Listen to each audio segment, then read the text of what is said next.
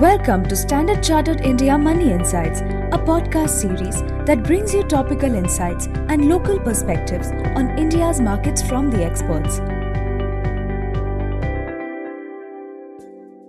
Hello everyone, my name is Ravi. Welcome to another edition of our weekly podcast. Global equities trended higher for another week. The S&P 500 and Nasdaq Composite recorded new all-time highs after latest data on the labor market showed up confidence that the US Fed could cut rates soon, even as the latest minutes of the US Fed policy meeting showed policymakers are still awaiting more progress on the US inflation before pivoting to a policy easing. Asian equities trended higher, led by Korea, Singapore and Taiwan, which recorded gains of around 2.5% to 4%, while China onshore and Hong Kong equities continued their downward trend, driven by foreign investor pullouts after manufacturing and services PMI data disappointed in both Hong Kong and China. Back home, Indian equities rallied for the fifth consecutive week. The Nifty index rose to a new all-time high, up 1.3% for the week, driven by positive global sentiments, strong manufacturing and services PMI data during the week, and robust foreign investor inflows.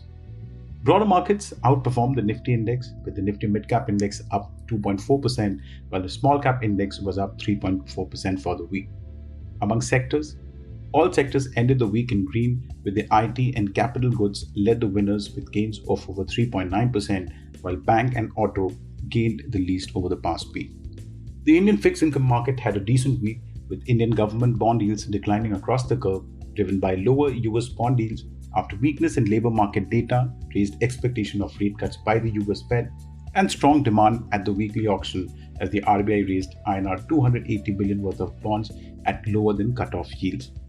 The 10-year Indian government bond yield fell by 2 basis points to close at 6.9%, while the 3-year and 5-year Indian government bond yields fell 3 basis points each.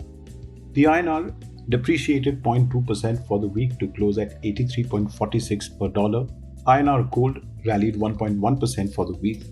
Brent crude oil started the week on a positive note, breaching the $87 per barrel mark for the first time since April, however, giving up gains later in the week as the rising possibility of a ceasefire deal in the Middle East outweighed the strong summer fuel demand, sharp declines in US oil inventory during the week, and the potential supply disruption arising from the ongoing Gulf of Mexico hurricanes.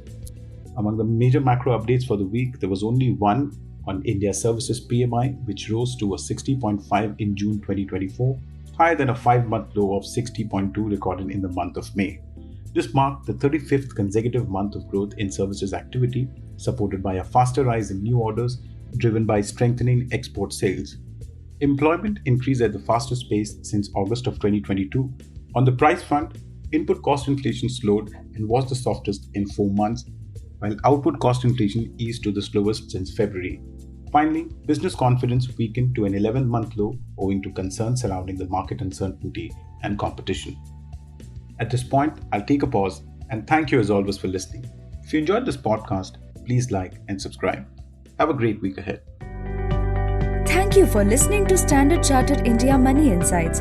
Stay tuned for the latest updates and market trends by subscribing to our podcast.